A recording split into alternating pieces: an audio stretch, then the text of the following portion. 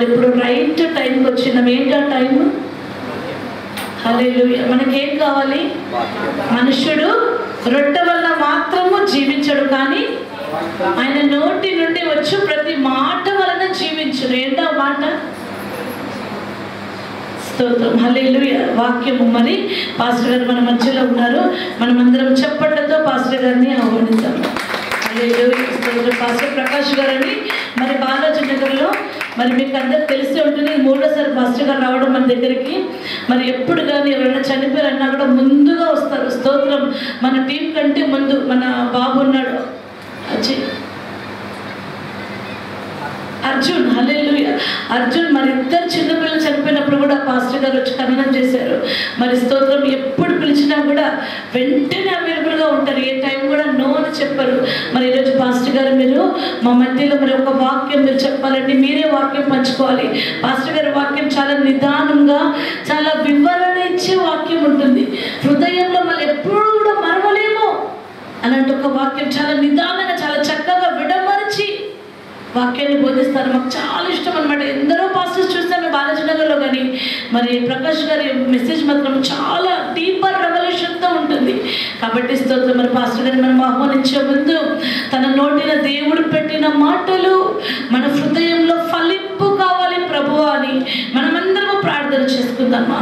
నా ప్రభువా, నేను ఆశతో వచ్చాను, ఇదిగో నీ ప్రియకుమార్ని మా మధ్య పంపించారయ్యా. ఆయన నోట్లో మా కొరకు నువ్వు ఎలాంటి జీవం పెట్టి ఉంచున్నావో అది మేము పొందుకోవాలి యేసయ్య. ఎవరు వట్టిగా వినొద్దమ్మా. వట్టిగా వినడానికి ఇక్కడ ఎవరు రాలేదు. జీవమును పొందుకోవడానికి వచ్చి ఉన్నాము, ఆశతో వచ్చి ఉన్నాము. మన ఆశలు వాక్యం ద్వారా నెరవేర్చబడుతుంది. నీ ఆశ భంగం కానీ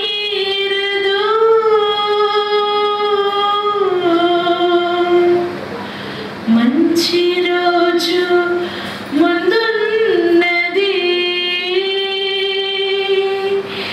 నీ ఆశ భంగ కానీరదు. మంచి రోజు ముందున్నది, సత్క్రియలు ఆరంభించెను, ఎటులైనా చేసి ముగించును. సత్క్రియలు ఆరంభించెను, ఎటులైనా చేసి ముగించును. మిత్రుడిగా నమ్ముచున్నాము, ఎటులైనా చేసి ముగించును. మిత్రుడిగా నమ్ముచున్నాము, ఎటులైనా చేసి ముగించును. యేసయ్యా, యేసయ్యా, నా దైవం నీవేనయ్యా. యేసయ్యా, యేసయ్యా, నా దైవం నీవేనయ్యా.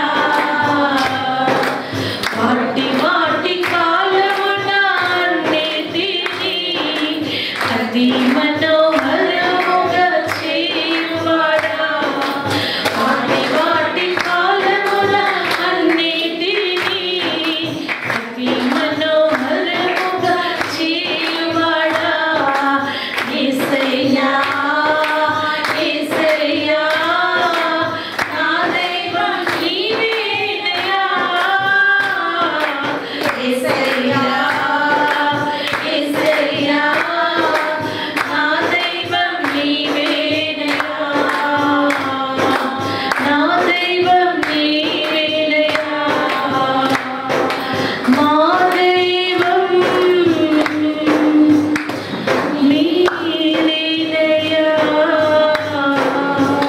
Thank you Jesus. నా ప్రభువా, వాటి వాటి కాలమున నువ్వు సమస్తమును సమకూర్చువాడవైనావు. మా మధ్యలో పాస్టర్ ప్రకాష్ గారు ప్రత్యేకపరచుకో ప్రభువా.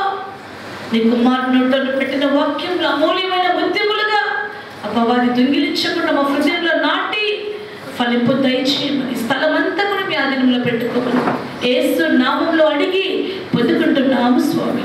ఆమేన్, ఆమేన్, ఆమేన్. ఇప్పుడు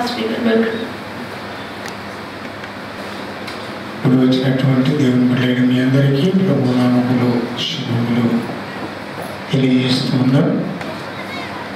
మరి ప్రేమతో ఈ సమయాన్ని నాకు ఇచ్చినటువంటి సహోదరి మన వేరిని బట్టి దేవుని స్తుతిస్తూ ఉన్నాం. మరి సంఘాన్ని బట్టి దేవుని స్తుతిస్తూ ఉన్నాం. దేవుని బిడ్డలారా, ఈ సమయంలో కొద్దిసేపు దేవుని వాక్యాన్ని మనం విందాం. జాగ్రత్తగా దేవుని వాక్యం వినవలసిందిగా ప్రభు పేరిట మీ అందరికీ నేను మనవి చేస్తూ ఉన్నాను. ఒక చిన్న వాక్యాన్ని చదువుకుందాం. బైబిల్ ఉన్నవారు వాక్యం తీయండి. మత్తయి సువార్త 1వ అధ్యాయము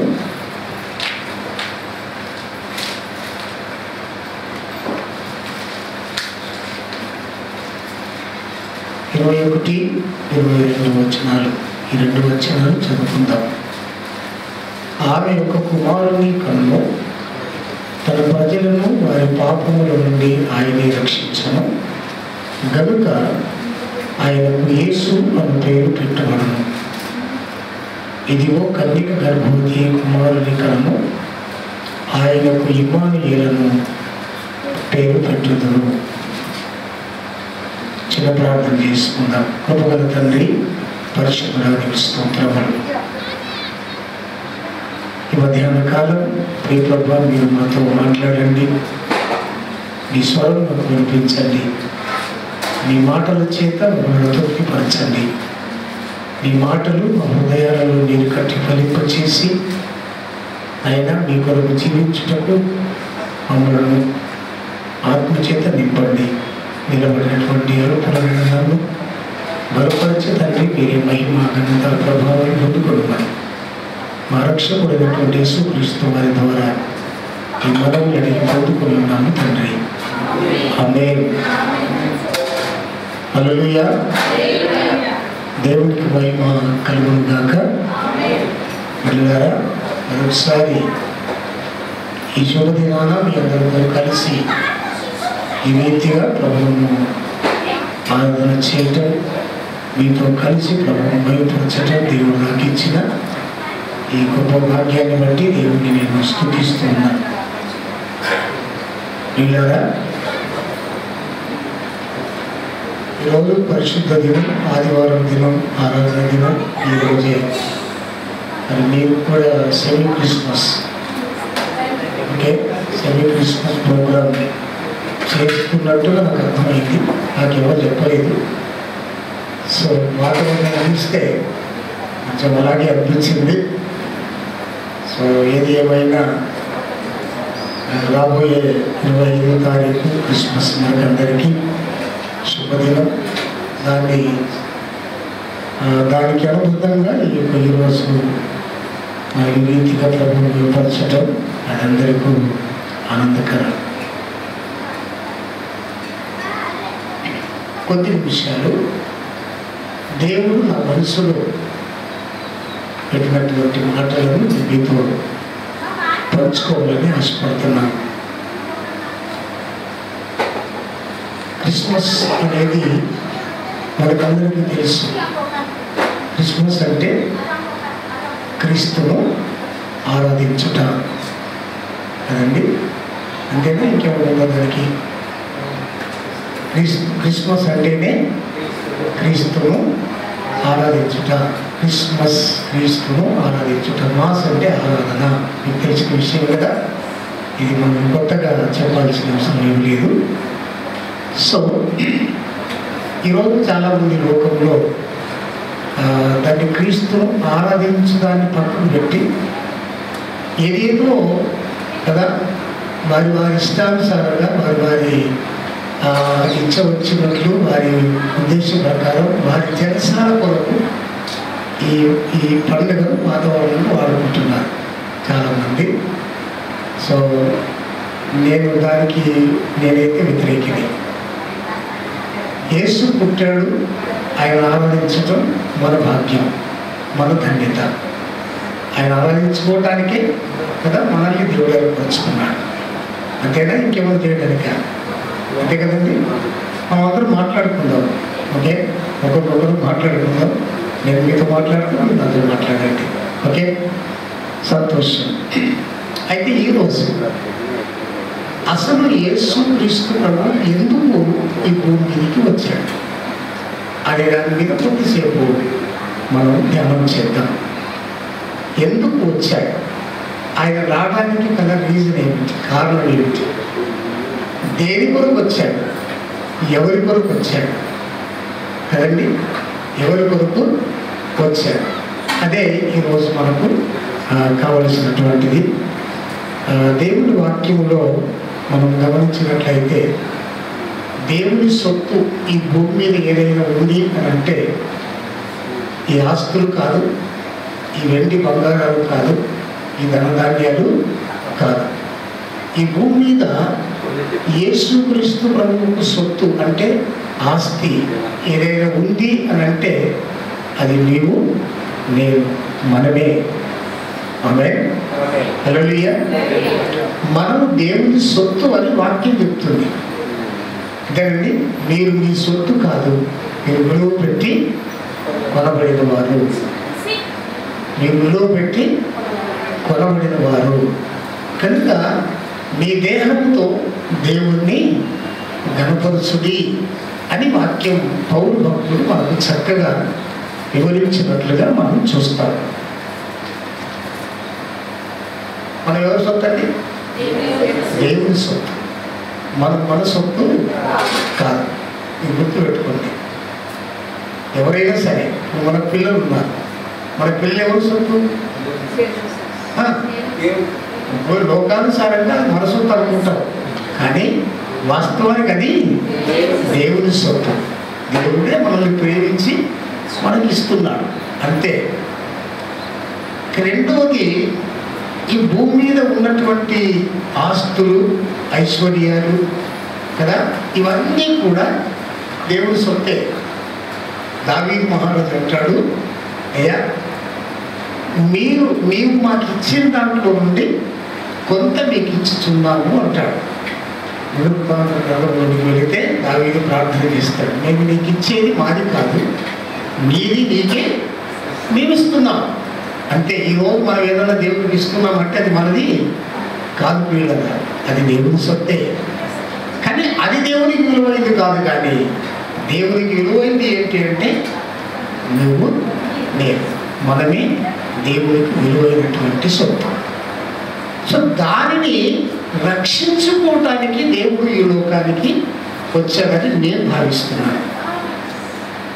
దానికి కొన్ని రెఫరెన్స్లు నేను చూపిస్తాను. కొన్ని రెఫరెన్స్లు.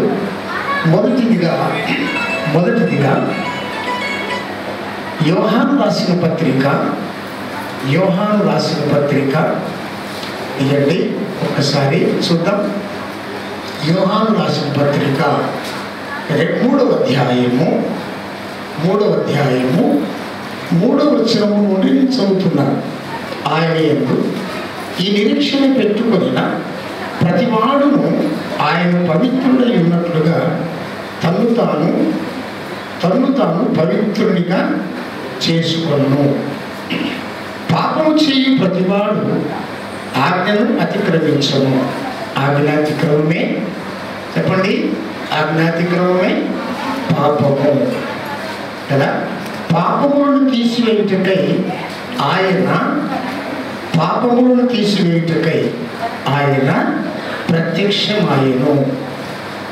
ప్రత్యక్షమాయనని మీరు తెలియక ఆయన యందు పాపమేమీ లేదు. పాపములను తీసివేయుటకై ఆయన ప్రత్యక్షమయ్యను. అంటే పాపములను తీసివేయుటకే ప్రభు ఈ లోకానికి వచ్చాడు అనే విషయాన్ని ఇక్కడ మనం చక్కగా అర్థం చేసుకోవచ్చు.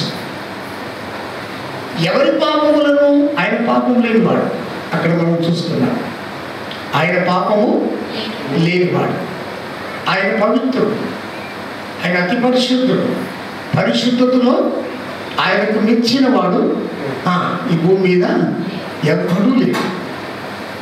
ఆయనకాయని సాటి, ఆయనకు సాటి అయిన వారు ఎవరు లేరండి. సో ఆ పరిశుద్ధుడు ఈ లోకములోనికి రావడానికి గల బలమైనటువంటి కారణం తన సొత్తును భద్రంగా కాపాడుకోవడానికే. తన సొత్తు పాపములో పడి నశించిపోతున్నటువంటి తన సొత్తును కాపాడుకోవటానికి ఆయన ఈ లోకానికి ప్రత్యక్షమయ్యాడు అని యోహాను భక్తుల పత్రికలో 3వ అధ్యాయంలో మనకు స్పష్టంగా మనం గ్రహించాం. ఎందుకు ప్రత్యక్షమయ్యాడు, ఎందుకు ప్రభు ఈ లోకానికి వచ్చాడంటే పాపులను రక్షించుటకు క్రీస్తు యేసు లోకంలోకి వచ్చాడు అని పౌలు భక్తుడు 1 తిమోతికి రాసిన పత్రిక 1వ అధ్యాయము 15వ వచనంలో చెప్పాడు. చెప్పాడా? ఒకవేళ చూడండి, లేకపోతే వచనం కరెక్టేనా కాదా? 1 తిమోతికి రాసిన పత్రిక 1వ అధ్యాయము 15వ వాక్యం, పాపులను రక్షించుటకు క్రీస్తు యేసు ఈ లోకమునకు వచ్చెను. ఈ వాక్యము నమ్మదగినది. ఈ మాట నమ్మదగినది. ఈ మాట పూర్ణంగీకారమైనది. ఈ మాట నమ్మని వాడు క్రీస్తును ఎరగని వాడే. ఈ మాట నమ్మిన వాడు క్రీస్తును ఎరిగిన వాడు. క్రీస్తును వెంబడిస్తున్న ప్రతివారు ఈ మాట నమ్మవలసిందే. ఏ మాట? పాపులను రక్షించడానికి క్రీస్తు యేసు లోకములకు వచ్చెను అనే మాట క్రీస్తును ఎరిగినటువంటి వారు నమ్మవలసిన వారై ఉన్నారు. నమ్మాలి, నమ్మకం కలిగి ఉండాలి. ఒకవేళ నీవు నమ్మకపోతే నువ్వు క్రీస్తును ఎరిగిన వాడవు కాదు. యేసుక్రీస్తు ప్రభువు ఈ లోకానికి పాపులను రక్షించడానికి వచ్చాడు అనే మాట ఒకవేళ నువ్వు నమ్మకపోతే నీవు క్రీస్తును ఎరిగిన వాడవే కాదు. స్త్రీలైనా పురుషులైనా ఎవరైనా కూడా ఈ మాట నమ్మకపోతే మనం క్రీస్తు వారము కాదు, మనం క్రీస్తును ఎరిగిన వారము కాదు. వచనాలు గుర్తుపెట్టుకోవాలండి బిడ్డలారా. ఎందుకు నేను ఇవన్నీ చెప్తున్నానంటే చదివినటువంటి మొదట మనం చదివినటువంటి మత్తయి సువార్త 1వ అధ్యాయం 21, 22 వచనాలలో మనం చదివినటువంటి మాట ఏమిటి? యేసు అంటే చెప్పండి అమ్మా, యేసు అంటే ఏంటి? అర్థం అంటే ఏంటి? యేసు అంటే అర్థం ఏంటి? రక్షకుడు కదా. రక్షకుడు అంటే ఏంటి? రక్షించు వారిని రక్షకుడు అంటారు కదా. రక్షించు వారిని మాత్రమే రక్షకుడు అంటారు. నశింపజేయ వారిని రక్షకుడు అన్నారు. నశింపజేయ వారిని లేక పాడు చేయవారిని, పతనం చేయవారిని రక్షకుడు అన్నారు. రక్షకుడు అని ఎవరినంటారు? రక్షించు వారిని మాత్రమే రక్షకుడు అంటాడు. ఈయన రక్షించుటకే వచ్చాడు. లూకా సువార్త 19వ అధ్యాయము 10వ వచనములో మీరు గమనించినట్లయితే బిడ్డలారా, నశించిన దానిని వెదకి రక్షించుటకు మనుష్య కుమారుడు ఈ లోకమునకు వచ్చెను కదా. నశించిన దానిని, ఇది జక్కయ్య కథ. ఆ జక్కయ్య కథ అంతా చెప్తూ 10వ వచనానికి వచ్చేసరికి ఈ మాట అక్కడ మనకు గుర్తు చేస్తారు. నశించిన దానిని వెదకి రక్షించుటకు మనుష్య కుమారుడు ఎవరు? యేసుక్రీస్తు ప్రభువుల వారే. ఆయన మనుష్య కుమారుడు. ఇంకా వీటన్నిటికంటే ప్రాముఖ్యమైనటువంటి విషయం ఏంటంటే బిడ్డలారా, గమనించండి దేవుని బిడ్డలారా, ప్రాముఖ్యమైన విషయం ఏంటంటే ఆయన మనుషుడు కాదండి. ఆయన మనుషుడు కాదు, ఆయన దేవుడు. దేవుడు మనుష్య రూపము దాల్చుకున్నాడు. దేవుడు మనుష్య రూపము దాల్చుకున్నాడు. దేవుడు సృష్టికి ఆరంభంలోనే వాక్యం చూస్తాం కదా. యోహాను సువార్త 1వ అధ్యాయంలో ఆదియందు వాక్యం ఉండెను, ఆదియందు వాక్యం ఉండెను, వాక్యము దేవుని యొద్ద ఉండెను, వాక్యము దేవుడై ఉండెను.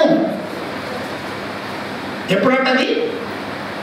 ఎప్పుడంటే అది ఆదియందు అంటే సృష్టి లేనప్పుడు, భూమికి పునాదులు వేయనప్పుడు, ఈ సృష్టి ఏది కూడా లేనప్పుడు, అంత శూన్యం.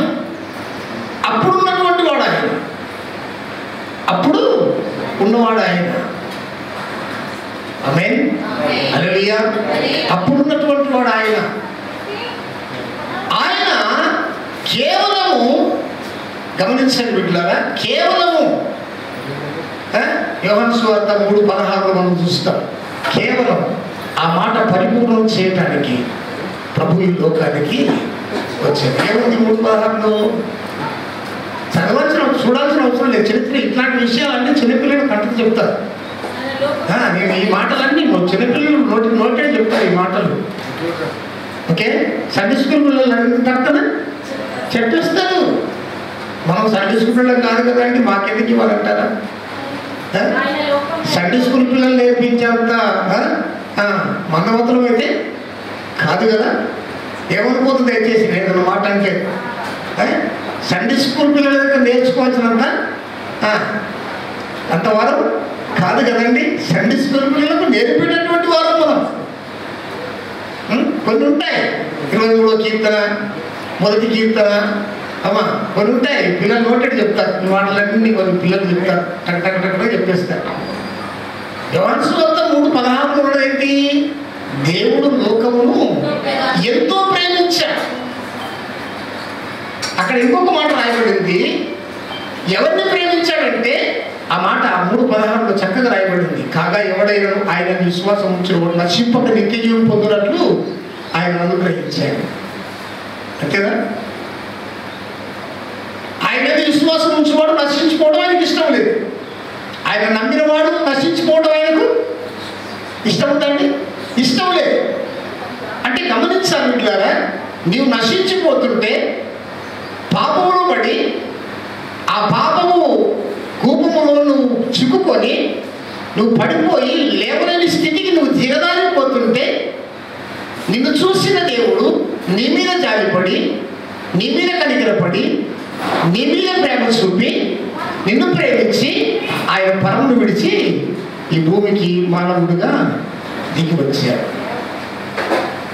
హల్లెలూయా. అంతే అంటారా కాదా? ఆయన పరమును విడిచాడు. పరలోకమందు తండ్రి కుడిపార్శ్వమున ఉన్నత సింహాసనం మీద ఆసీనుడై కూర్చోవలసినటువంటి వాడు ఆ ఉన్నత సింహాసనాన్ని, ఆ ఉన్నత మహిమను విడిచిపెట్టి ఈ మహిమలోనికి దిగి వచ్చి పాపమాలిన్యముతో నింపబడినటువంటి మానవుని కొరకు తన ప్రాణాన్ని అర్పించదని గల రీజన్, కారణం అది కేవలం ప్రేమ. నీపై మనపై ఆయనకున్న ప్రేమ.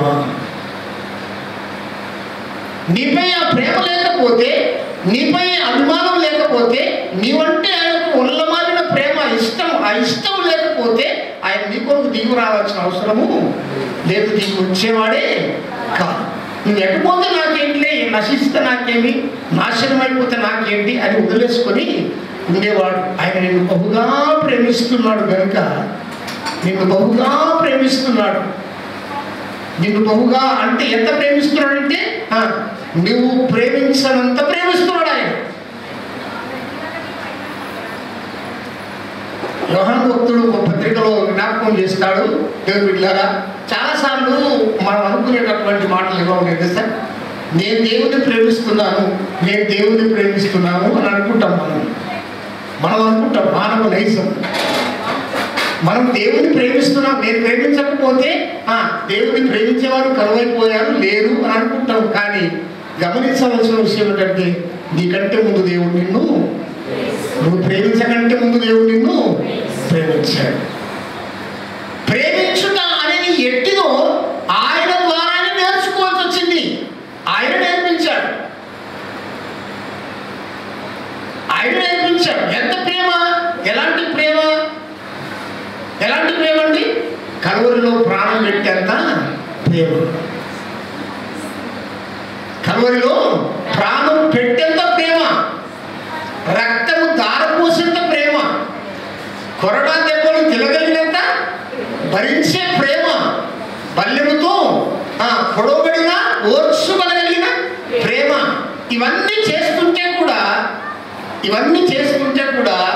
తండ్రి మీరేమి చేస్తున్నారో మీరు ఎరుగరు కనుక వీరిని ప్రేమ. ఎలాంటి ప్రేమ అంటే ప్రాణం పెట్టినంత ప్రేమ, పెట్టేంత ప్రేమ. పెట్టేంత ప్రేమ కాదు, పెట్టిన ప్రేమ. ప్రాణం పెట్టిన ప్రేమ. సో ఆ ప్రాణం పెట్టిన ప్రేమ నిన్ను బహుగా ఇష్టపడుతున్న ప్రేమ, నువ్వంటే ఎంతో ప్రేమ. అందుకనే ఆయన దిగి వచ్చాడు. అందుకనే ఇక్కడ వాక్యం మనం చదివా, మత్తయి సువార్త చదివాం కదా, యేసు. ఎందుకు అక్కడ వాక్యంలో చూస్తే ఆయనే తన ప్రజలను వారి పాపముల నుండి ఎందులో నుండి రక్షిస్తారట? పాపముల నుండి. ఎవరిని? తన ప్రజలను. తన ప్రజలను. దేవదూత గొల్లల దగ్గరికి వెళ్ళి ఒక మాట చెప్పింది.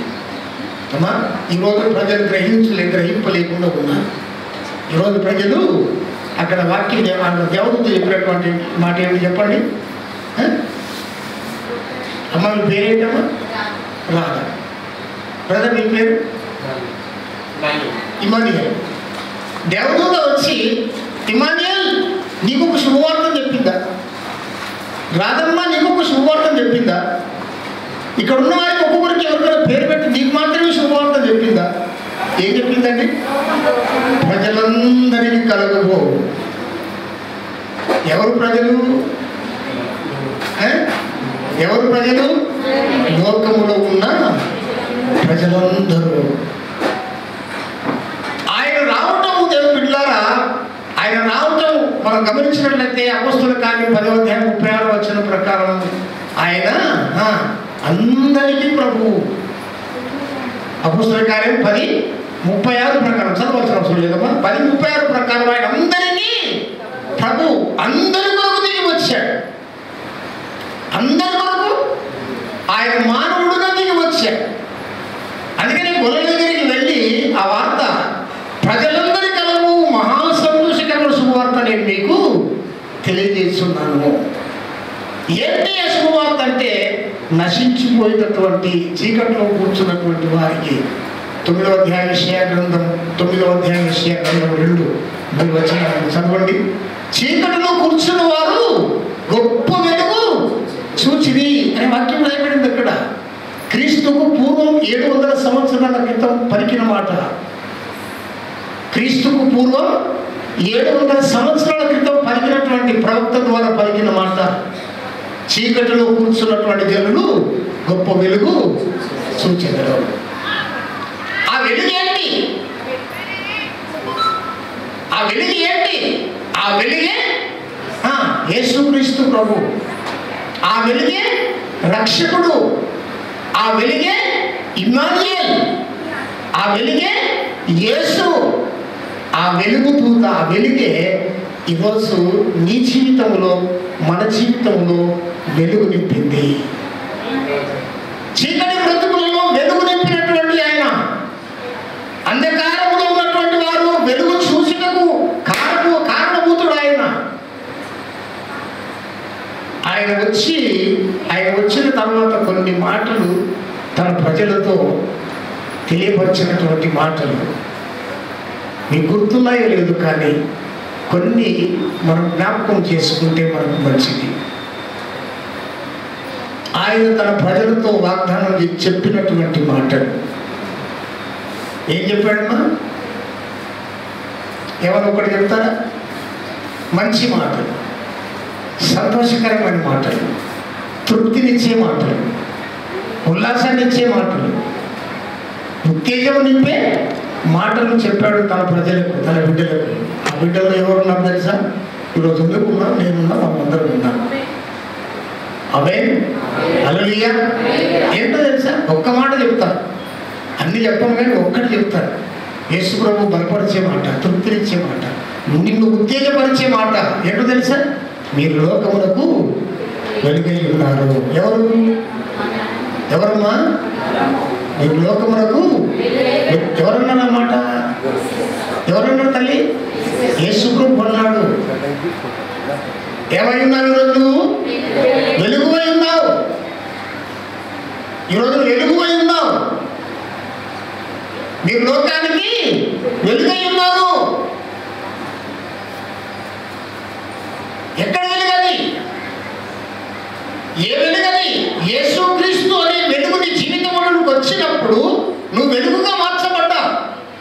నిన్ను వెలిగించాడు ఆయన, నీవు చీకటి బ్రతుకు కాదు.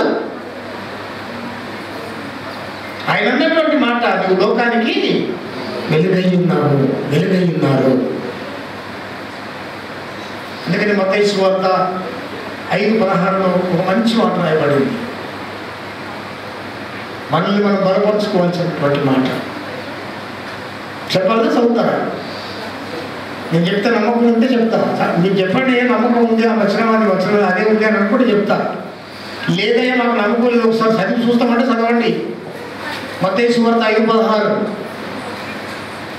చదవండి. ప్రజెక్క రండి ఒకసారి. బ్రదర్ సార్ రండి, మీతో చాలా పని రండి. మనుష్యుడు మీ సత్క్రియలను చూచి పరలోకమందున్న మీ తండ్రిని మహిమపరచినట్లు వారి ఎదుట మీ వెలుగు ప్రకాశింపనీయుడి. ఏంటమ్మా మనుష్యుడు ఏంటమ్మా ఏంటమ్మా ఎక్కడుంది వెలుగు చెప్పాలి. ఇప్పుడు ఎక్కడుందమ్మా కదా, మనలోనే వెలుగు ఉంది. అంటే ఏముంది మనలో? యేసు మనలో ఉన్నాడు అర్థం. యేసు మనలో ఉన్నాడు అర్థం అంతేనా? యేసు మనలో ఉన్నాడు.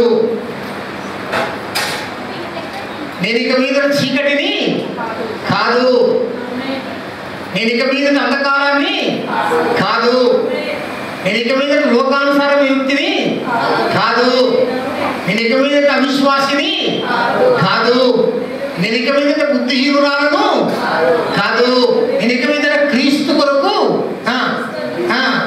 కొరకు పనిచేసే ఒక రాయభారిని, ఒక పరికరాన్ని. హల్లెలూయా, హల్లెలూయా.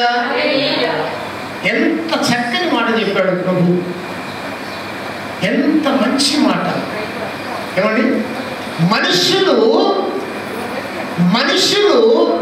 మీ సక్రియలను చూచి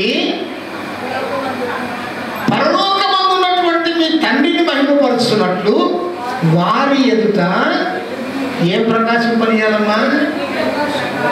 ఏంటి? నువ్వేమనుకో, ఒక మాట చెప్తా, నువ్వేమనుకో, నేను కూడా ఏమనుకో, ఎవరేమనుకోకండి బిడ్డలారా, ఎవరేమనుకోకండి. కొంచెం ఏదో జోక్గా నవ్వుకోవడానికి చెప్తా ఒక మాట, ఒక మంచి మాట. పరమగీతాల్లో ఒక మంచి మాట ఉంది. పరమగీతాల్లో చదవాల్సిన అవసరం లేదు, చెప్తాను. అన్ని మాటలు చెప్పగలను, దేవుడు ఇచ్చినటువంటి మహాకృప వల్ల అన్నీ ఇంచుమించు ఒకటే ఉంటాయి, చెప్పగలను. ఎందుకంటే ఈ లైన్లో దాదాపుగా 50 years అయిపోయింది. ఈ లైన్లో ఉండి కొన్ని దేవుడు అన్ని మైండ్లో స్థిరపరిచాడు, అని చెప్పగలను. పరమగీతాల్లో ఒక మాట ఉంది, నేను నల్లని దానినైనను. చెప్తాను, నా గురించి చెప్తున్నా కాదు. నేను నల్లని దానినైనను సౌందర్యవంతురాలను. ఏం సౌందర్యం అంటే అది? పై సౌందర్యం కాదని ఇట్లా, ఆత్మ సౌందర్యం, ఆత్మ సౌందర్యం, అంతరంగ సౌందర్యం. పై సౌందర్యం గురించి మాట్లాడట్లేదు. ఒక నల్ల ఉండొచ్చు, ఒక తెల్ల ఉండొచ్చు, రకరకాలు ఉండొచ్చు. నేను నల్లగా ఉన్నాను, మాది ఇండియా కలర్. ఇప్పుడు అమ్మలమేది ఇండియా కలర్, ఇందులో చాలా మంది ఇండియా కలర్. భయపడాల్సిన అవసరం లేదు, చిప్పడాల్సిన అవసరం లేదు కదండి. ఇప్పుడు దేవుడికి కావలసింది పై రూపము కాదండి. ఈ విషయాన్ని గుర్తించండి. తెల్లగుండలు అనుకుంటవచ్చు, నేను తెల్లగున్న ప్రభువు నన్నే ముందు ఇష్టపడతాను అనుకుంటవచ్చు, కాదు. అంతరంగం ఎవరు తెల్ల ఉంటుందో, అంతరంగం ఎవరిది ప్రభువుకి అంగీకారంగా ఉంటుందో వారు మాత్రమే ఆయనకి ఇష్టలు. అందుకని పరమగీతాలు ఆ మాట, నేను నల్లని దానినైనను నన్ను చిన్న చూపు చూడకండి. దేవుని బిడ్డలారా, మనం లోకంలోకి వెళుతాం, లోకంలో తిరుగుతాం, మన వీధుల్లో తిరుగుతాం, మన పట్టణంలో తిరుగుతాం, మన గ్రామంలో తిరుగుతాం కదండి. మన గ్రామంలో తిరుగుతాం. నువ్వు వెళుతూ ఉంటే బిడ్డలారా, నువ్వు వెళుతూ ఉంటే నీ 2 కళ్ళే చూస్తాయి, నీ 2 కళ్ళే చూస్తాయి. కానీ నువ్వు వెళుతూ ఉంటే ఎన్ని కళ్ళు చూస్తాయమ్మా? లెక్క పెడతావా? ఎంతో మంది చూస్తూ ఉంటారు, ఎంతో మంది చూస్తూ ఉంటారు. నువ్వు వెళుతూ ఉంటే ఏమేమి చూస్తారు? కొంచెం కొంచెం కొంచెం పరిశీలన చేసుకుంటాం. కొంచెం తల మొదలుకున్న అరికాల వరకు గమనిస్తారు. I'm correct? తల మొదలుకొని అరికాల వరకు గమనిస్తారు. నీ నడక చూస్తారు. ఓకే, నీ తలంపులు తెలవదు కానీ నీ నడకను చూస్తారు. నీ యాక్టివిటీస్ అన్నీ చూస్తారు. నువ్వు ఎలా నడుస్తున్నావు, ఎలా మాట్లాడుతున్నావు, ఎలా బ్రతుకుతున్నావు, నీ బ్రతుకేంటి, నీ జీవిత విధానం ఏమిటి, అన్నీ నిలువెల్లా నిన్ను చూసేవారు ఉన్నారు లోకంలో. నీ సంకలో ఏముంది చెప్పాలి? నీ సంకలో ఏముంది? బైబుల్ ఉంది. ఓకే, నీ సంకలో ఏముందమ్మా? బైబుల్ ఉంది. నీ సంకలో బైబుల్ పెట్టుకొని నువ్వు సంకలు నడవకపోతే ఎవరికి అవమానం?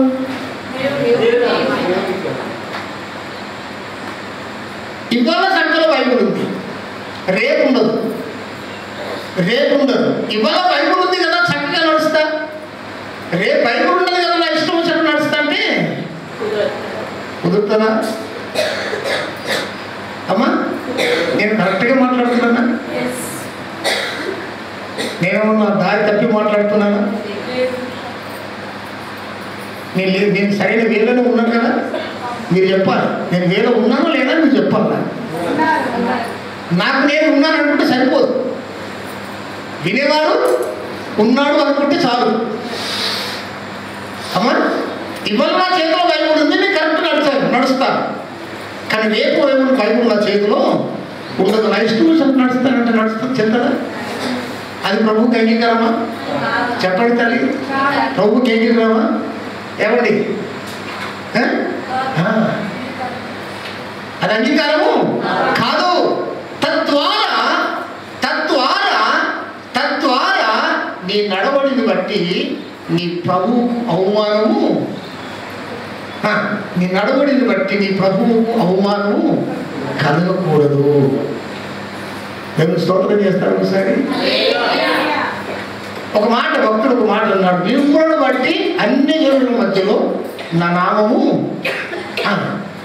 మిమ్ములను బట్టి అన్ని జనుల మధ్యలో నా నామము దూషింపబడకూడదు అని అన్నాడు.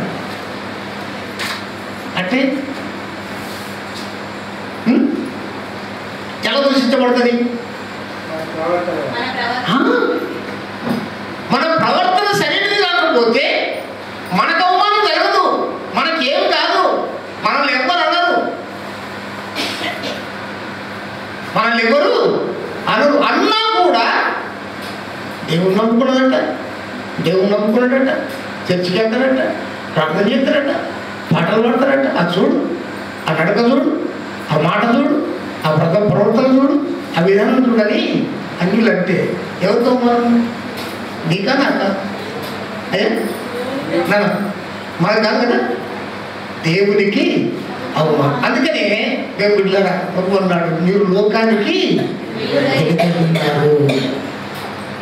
వెలుగు నింపడానికి ప్రభువు లోకానికి వచ్చాడు. నీలో వెలుగు నింపడానికి, చీకటి బ్రతుకులో వెలుగు నింపడానికి ప్రభువు లోకానికి వచ్చాడు. చీకటి బ్రతుకులో వెలుగు నింపడానికి ప్రభు ఈ లోకానికి వచ్చాడు. చీకటి జీవితాలను వెలుగుమయంగా చేయడానికి ప్రభు ఈ లోకానికి వచ్చాడు. పాపంలో పడి నశించిపోతున్నటువంటి నిన్ను ఆయన రక్షించి కాపాడుకోవటానికి, తన సొత్తును భద్రంగా కాపాడుకోవటానికి ప్రభు ఈ లోకానికి వచ్చాడు. రెండో పేరు యేసు అంటే రక్షకుడు, అంతేనండి. రెండో పేరు అక్కడ ఉంది, ఇమ్మానుయేల్. అంటే ఏంటి?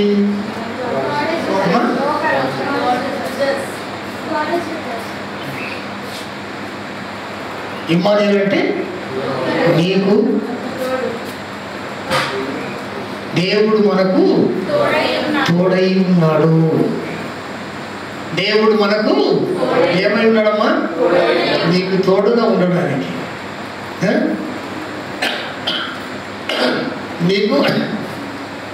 నీకు మనకు తోడై ఉండటానికి ఈ లోకానికి ప్రభు వచ్చాడు. ఇమ్మానుయేలు అంటే దేవుడు మనకు తోడు. ఎవరు ఉన్న లేకున్నా, ఏది వెంట రాకున్నా, యేసు ఉంటే నాకు చాలు. యేసునందే నిత్యానందము. ఎవరున్నా లేకున్నా మనం అంటామండి, అబ్బో నాకు అందరూ కావాలి, అది గుర్తుండదు. ఏది పైవాడు ఉన్నాడన్న సంగతి గుర్తు రాదు. ఫస్ట్ గుర్తొచ్చేది ఏంటి? నా భర్త లేడు, నా భార్య లేదు, నా పిల్లలు నాకు తోడు లేదు, నా కొడుకు తోడు లేడు, నా కూతురు తోడు లేదు, నాకెవరు, ఇది గుర్తొస్తుంది మనకు ఫస్ట్. అంటే ఎవరు లేకపోయినా పర్వాలేదు, నాకు దేవుడు తోడున్నాడు అంటావా? కానీ అది అన్న రోజున నువ్వు ధన్యురాలు. ఆ మాట నువ్వు అన్న రోజున, ఆ కాన్ఫిడెంట్ నువ్వు కలిగి ఉన్న రోజున, ఆ నమ్మకం నువ్వు కలిగిన రోజున నువ్వు ధన్యుడు, నువ్వు ధన్యురాలు. ఎందుకంటే తెలుసా, ఆయన మనకు తోడుగా ఉండటానికి వచ్చాడు. ఎందుకు తోడుగా ఉంటానన్నాడు? 43వ అధ్యాయం యెషయా గ్రంథంలో యాకోబుతో ప్రభు అంటాడు, నీవు నా సొత్తు అన్నాడా? ఏమా యాకోబుతో అన్నాడు నా సొత్తు అంటే, అది యాకోబుని అన్నాడు, మమ్మల్ని కదా అనుకుంటావా? అది యాకోబుని అన్నాడండి. యాకోబు ఆయన సొత్తు, మేము కాదు అంటావా?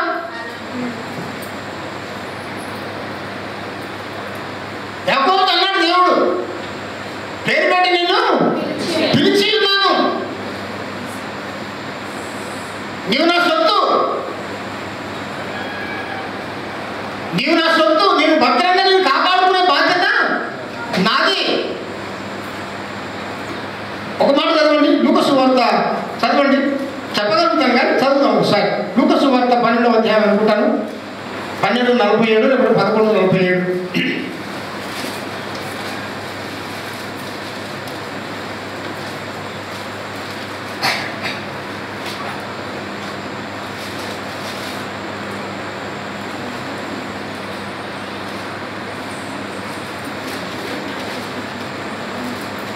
చూసారా? తన యజమానుని చిత్తము ఎరిగి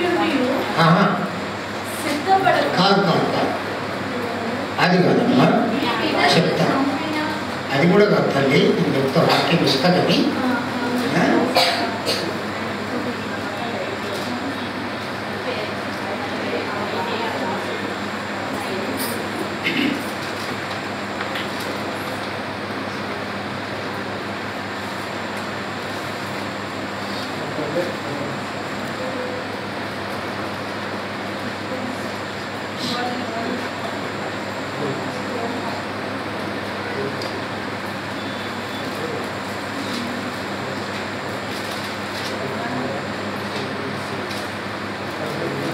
అక్కడ మాట ఏమిటంటే అమ్మా 11:21 సారీ క్షమించాలి, 11:21.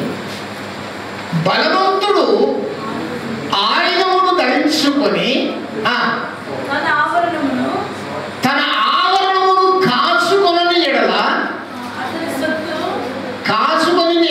అతని సొత్తు అతని సొత్తు ఏంటట? బలవంతుడు ఆయుధము ధరించుకోవాలి. ఒకవేళ ఇక్కడ ఉన్నటువంటి మనకు మనమే నేను బలవంతుడు నాకేం బాధ లేకుంటే కాదు. ప్రతి విశ్వాసి ఖచ్చితంగా ఆయుధము ధరించుకొని ఉండాలి. ఏం ఆయుధము అమ్మా? నీ సొత్తు భద్రంగా ఉండాలి, నువ్వు భద్రంగా ఉండాలి అని అంటే ప్రార్థన ఆయుధము నువ్వు ధరించుకొని ఉండాలి. ప్రభు నీకు ఆయుధముగా ఉండాలి, ప్రభు నీకు ఆయుధముగా ఉండాలి. తన సొత్తు భద్రంగా కాపాడుకోవడానికి, తన సొత్తు భద్రంగా కాపాడుకోవడానికి తన ప్రాణములు సైతము లెక్క చేయకుండా తన సొత్తును కాపాడినటువంటి వాడు ప్రభు. ఆమేన్. తన సొత్తు భద్రంగా ఉండడానికి తన ప్రాణాన్ని సైతం లెక్క చేయకుండా తన ప్రాణాన్ని అర్పణముగా అర్పించి తన సొత్తును కాపాడుకోవడంలో ప్రభు దిట్ట. దిట్ట అంటే ప్రభు నంబర్ 1. తన సొత్తును కాపాడుకోవడంలో ప్రభు నంబర్ 1. తన ప్రాణాన్ని పెట్టి తన సొత్తును కాపాడు. అందుకే చెప్పాను కదా, మీరు మీ సొత్తు కాదు, మనం మన సొత్తు కాదు. యాకోబు ప్రభు అన్నాడు, నువ్వు నా సొత్తు, నేను నిన్ను కాపాడుకుంటాను, నేను నీకు తోడుగా ఉంటాను, నేను నడిపిస్తాను, నేను ప్రేమిస్తాను, నేను ఆదరిస్తాను, అన్ని విధములుగా నేను నీకు సహకారిగా ఉంటాను. ఆయనకు రెండవ పేరు ఇమ్మానుయేలు. ఆయనకు రెండవ పేరు ఇమ్మానుయేలు.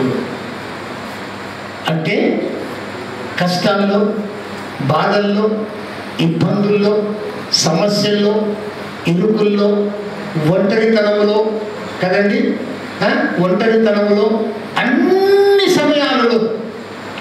సమయాలలో నీకు తోడుగా ఉండేవాడు ఆయనే. నీకు నాకు మనకు తోడుగా ఉండేవాడు ఆయనే. మనకు తోడై ఉన్నటువంటి దేవుడు, మనల్ని ఆదరించగలిగినటువంటి దేవుడు, మనకు నెమ్మదిని సమాధానము ఇవ్వగలిగినటువంటి దేవుడు. అందుకనే ఆయనకు ఇమ్మానుయేలు అనే పేరు పెట్టుదురు. ఆమేన్. హల్లెలూయా, హల్లెలూయా.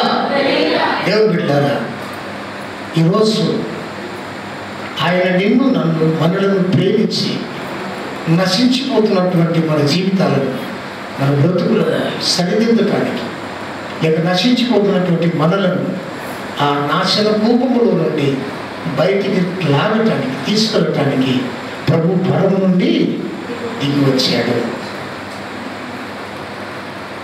ఏముంది ఈ లోకంలో?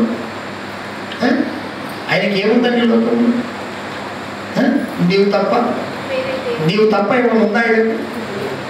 చెప్పండి. ఉన్నదంతా ఆయనదే. అక్కడ సృష్టిలో మీరు గమనించినట్లయితే సృష్టి అంతటిని దేవుడు నోటి మాట చేత సృష్టించాడు, కలుగజేశాడు. ఆకాశం అవును కాబట్టి అయింది, సూర్యచంద్రుడు కలుగురు కాబట్టి అయింది, అన్ని భూమి, చెట్లు, జీవరాశులు అన్ని నోటి మాట చేతే కలిగాయి. నీ మీద ఎందుకంత ప్రేమ? ఎందుకు? వాటి మీద లేని ప్రేమ నీ మీద ఎందుకు? ఎప్పుడన్నా అర్థం చేసి గమనించారా? ఎప్పుడన్నా ఆలోచన చేశారా? థింకింగ్ చేసావా ఎప్పుడన్నా? అరే వాటి మీద ఏం ప్రేమ, నా మీద ఎందుకు ఈయనకు అని అంతకన్నా ఎప్పుడన్నా థింక్ చేసావా?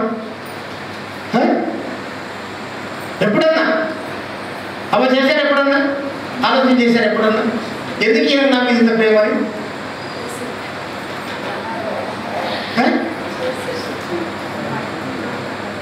అయ్యా ఎప్పుడైనా ఆలోచన చేసామా?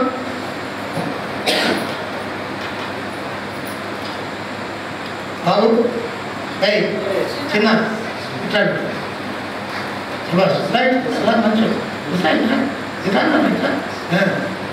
నువ్వు కూడా తను వెళ్తే అడుగుతాం. ఇద్దరు ఎవరు పిల్లలండి? ఇద్దరు మీ పిల్లలా? ఓకే, దేవుడు దీవించుగా. ఈ పిల్లల మీద వాళ్ళిద్దరికి ఉన్నంత ప్రేమ మీకుందా? మిమ్మల్ని అడుగుతున్నాను. మీ ఇద్దరికి మాత్రం బహాటమైన ప్రేమ.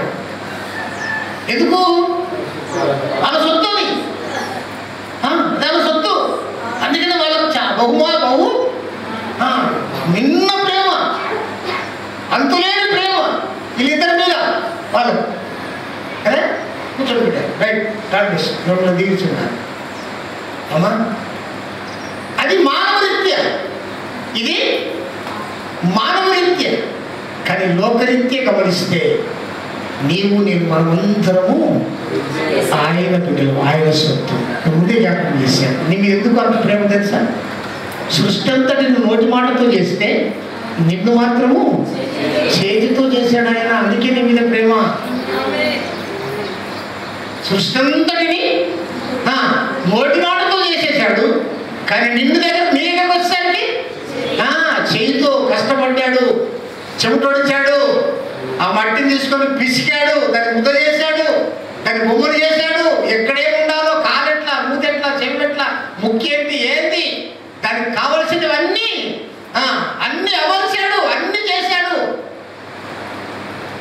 అన్ని చేశాడు. అన్ని చేసి ఆఖరికి తన ఆత్మను నీలో పెట్టాడు. నరుని ఆత్మ యెహోవా పెట్టిన దీపము. అందుకని పౌలు భక్తుడు ఒక మాట చెప్పాడు. ఆత్మను చిన్న వర్డ్స్ ఉంటుంది, చిన్న వర్డ్స్ కదా, చిన్న వాక్యం ఉంటుంది, చిన్న వాక్యం, ఒకే చిన్న మాట. ఆత్మను ఆర్పకుడి, ఆత్మను ఆర్పకుడి. అది నిత్యము వెలుగుతుండాలి, అది నిత్యము వెలుగుతుండాలి. నిర్గమకాండం 28వ అధ్యాయంలో పోతే అచ్చము దంచి తీసిన ఒలీవ నూనె దానికి కావాలి. ఆ ఒలీవ నూనె ఏంటి తెలుసా? పరిశుద్ధాత్మ. పరిశుద్ధాత్మ ఎప్పుడు నీలో ఉండాలి, నీలో నింపబడాలి. ఆ వెలుగు నిత్యము వెలుగుతూ ఉండాలి. ఆ దీపం ఆరిపోవడానికి నీరు లేదు. ఆ దీపం ఎప్పుడు ఆరిపోతుంది తెలుసా? అది ఎప్పుడు ఆరిపోదు. శరీరంలో ఉన్నటువంటి దీపం ఆయన దగ్గరికి పోతుంది, అంతేగాని ఆరదు. మీరు గుర్తుపెట్టుకోనండి. ఈ శరీరంలో ఉన్న ప్రాణం పోయినంత మాత్రం ఆరిపోయింది అనుకుంటాం, మనందరం ఆరదు. శరీరంలో నీ టైం ప్రకారం ఆయన తన ఆత్మను తీసేసుకుంటాడు, అంతవరకే ఆయన దగ్గర ఉంటుంది అది. ఒకవేళ నువ్వు భక్తురాలు అయితే, నీతిమంతురాలు అయితే, పరిశుద్ధుడు అయితే, పరిశుద్ధురాలు అయితే, దేవునికి ఇష్టానుసారంగా నువ్వు బ్రతికితే, దేవునికి ఇష్టానుసారంగా నువ్వు జీవిస్తే, మత్తయి సువార్త 50, 25, 11, 25, 30 ప్రకారం ముగిస్తాను నేను. ఒకవేళ దేవునికి ఇష్టానుసారంగా ఇష్టమైనటువంటి బ్రతుకు, దేవునికి మహిమార్థమైనటువంటి బ్రతుకు బ్రతికితే, నాకు ఇంత చేశాడు నా ప్రభు, నా కొరకు తన ప్రాణం పెట్టాడు దిగి వచ్చి, నా కొరకు తన ప్రాణం పెట్టి నన్ను రక్షించాడు కనుక నేను నా ప్రభు కొరకు ఏమి చేస్తే నా ప్రభువుని సంతోషపట్టే కలను అన్నటువంటి ఒక ఆ తీర్మానం, ఆ పట్టుదల, ఆ యొక్క ఆ గురిని కలిగి నువ్వు ప్రభు కొరకు జీవిస్తే మత్తయి సువార్త 25, 31 నుంచి రాయబడిన ప్రకారం తీర్పు దినం జరుగుతుంది. సింహాసనం మీద ప్రభు కూర్చొని ఉంటాడు. ఆయన ఎదుట ఆయన ఎదుట అందరూ పోగొడతారు, అందులోనే ఉంటారు. అందులో మీ పాస్టర్ ఉంటుంది, సపరేట్ ఉండదు, గుర్తుపెట్టుకోండి. అందులోనే ఉంటాం మేము కూడా. ఇలా నిలబడి వాక్యం చెప్పినంత మాత్రాన సపరేట్ దారి లేదు, సపరేట్ దారి లేదండి. కాకపోతే తీర్పు ఎక్కువ ఉంటుంది. బోధించినటువంటి నాకు విన్న మీకంటే తీర్పు ఎక్కువ ఉంటుంది. నాకు కొంచెం జాగ్రత్త కలగాలి. బోధించే ప్రతి వాడు జాగ్రత్త కలిగి బోధించాలి. ఆ దినాన ఆయన సింహాసనం మీద కూర్చుంటే లోకమంతా ఎదురు పోగు చేయబడిందట. అక్కడ వాక్యం ఉంది, మీరు చదవండి, తర్వాత చదువుకోండి. గొల్లవాడు మేకలలో నుండి వేరుపరిచినట్లుగా వేరు చేయబడతావు. గొల్లవాడు మేకలలో నుండి దేవుడు ఏం చేస్తాడు?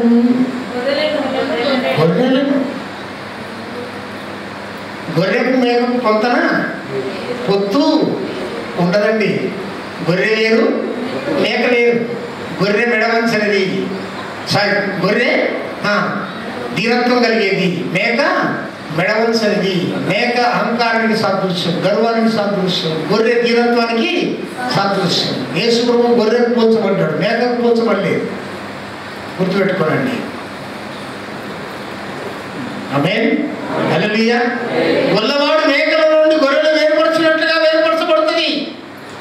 ఆనాడు ప్రభు కొరకు బ్రతికినటువంటి వారందరూ కుడి వైపున ఉంటారు, ప్రభు కొరకు బ్రతకని వారు ఎడవైపున ఉంటారు. అక్కడ 2 మాటలు వస్తాయి. 2 మాటలు. ఈ 2 మాటలు చెప్పి నేను ముగిస్తాను. కుడివైపు ఉన్న వారిని చూసి, ప్రభు చూస్తాడట, కుడివైపు ఉన్న వారిని చూసి వారిని చూసుకుంటాడట, నా తండ్రి చేత ఆశీర్వదించబడిన వారులారా. ఏమంటాడండి? నా తండ్రి చేత ఆశీర్వదించబడిన వారులారా. లోకం పుట్టింది మొదలుకొని మీ కొరకు ఏర్పరచబడిన నిత్య రాజ్యములోనికి మీరు వెళ్ళండి. మీరు వెళ్ళండి. ఏం సిద్ధపరిచాడు? నిత్య రాజ్యం, శాశ్వత రాజ్యం, ఉన్నత రాజ్యం. అయ్యా, అది 12 గుమ్మములు 12 ముత్యముల చేత కట్టబడిన రాజ్యం. ఇంటి తిరిగాడు. ఎటు ఎటు చెప్పండి. ఎటు? ఎడమ వైపున తిరిగాడట. ఏమన్నాడు తెలుసా? గుర్తుంది ఎవరికన్నా? ఏమన్నాడు తెలుసా? ఎవరికన్నా గుర్తుందా? గుర్తు లేకపోతే నేను చెప్తాను. ఏమన్నాడు తెలుసా? శపించబడిన వారులారా, శపించబడిన వారులారా, మీ కొరకు నేర్పరచబడిన నిత్య నాశనంలోనికి, నిత్య అగ్నిలోనికి వెళ్ళండి. ఈరోజు నా ప్రశ్న, నా కోరిక, ఏ గుంపులో ఉన్నా? ఏ గుంపులో ఉండాలనుకుంటున్నా? కుడివైపులో ఉండే గుంపులు ఉండాలనుకుంటున్నావా? ఎడవైపులో ఉండే గుంపులు ఉండాలనుకుంటున్నావా? ఒకవేళ నువ్వు కుడివైపులో ఉండే గుంపులో ఉండాలని కోరిక నీకుంటే నీలో ఉన్న వెలుగును లోకానికి పరిచయం చేయి. నువ్వు ఎడవైపులో ఉండాలనుకుంటే చీకటి బ్రతుకు ఇంట్లో కూర్చో, నీ వెలుగును లోకానికి చూపను. ఆమేన్. నేను లోకానికి వెలుగై ఉన్నాను. చెప్తా ఉంటే చాలా విషయాలు వస్తాయి. బిడ్డలారా, ఊహిస్తాను, చాలా విషయాలు వస్తాయి. ఈరోజు మనకు ఒక ప్రశ్న, ఏ గుంపులో ఉందాం? ఏ వైపులో ఉందాం? ఎడవైపులో ఉందామా? కుడివైపులో ఉందామా? తండ్రి చేత ఆశీర్వదించబడిన వారులారనే మాట విందామా? శపించబడిన వారులారనే మాట విందామా? ఏ మాట వినడానికి నీ చెవిని పెట్టుకున్నావు? ఏ మాట వినడానికి నువ్వు సిద్ధంగా ఉన్నావు? ఏ మాట వినడానికి సిద్ధంగా ఉన్నావు? నేను నీవే ప్రశ్నించుకో, నేను నీవే ప్రశ్న వేసుకో, నీకు నీవే సిద్ధపడు. దేవుడు మిమ్మల్ని దీవించి ఆశీర్వదించును గాక. ఆమేన్. ఏమిచ్చి నీ రుణం మేం తీర్చగలమో, కోట్లాది వందనాలు చెల్లించేదెమో. ఏమిచ్చి నీ రుణం మేం తీర్చగలమో, కోట్లాది వందనాలు చెల్లించేదెమో. వందనాలు యేసు, వందనాలు యేసు, వందనాలు యేసు, వందనాలు యేసు.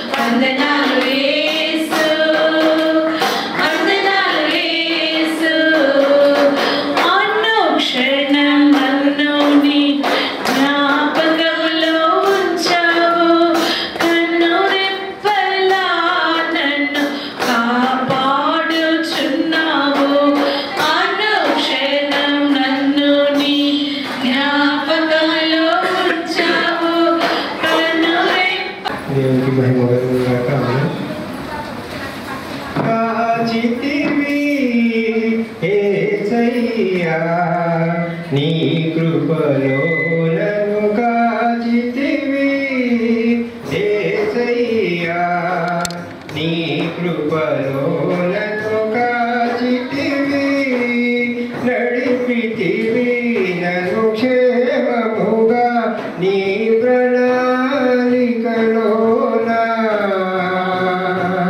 నడిపితివి నన్ను క్షేమముగా నీ ప్రణాళికలోనా హల్లెలూయా స్తుతి మహిమా హల్లెలూయా స్తుతి మహిమా హల్లెలూయా స్తుతి మహిమా యేసయ్యకే హల్లెలూయా స్తుతి మహిమా హల్లెలూయా స్తుతి మహిమా యేసయ్యకే హల్లెలూయా స్తుతి మహిమా కాచితివి యేసయ్యా నీ కృపలో నన్ను కాచితివి గడచిన దినములన్నిటిలో నీ కృప నన్ను వెంటాడెనే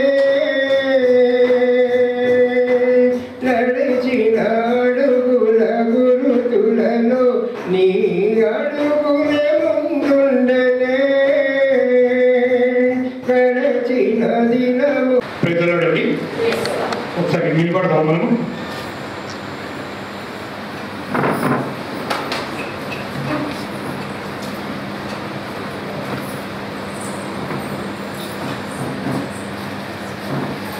మనం ఇవాళ సండే క్రిస్మస్ ట్రీ ప్రేయర్కి మనం మీరందరూ విజిట్ చేశారు. థ్యాంక్ యూ అండి. సో మనము తండ్రి దేవుని ఒకసారి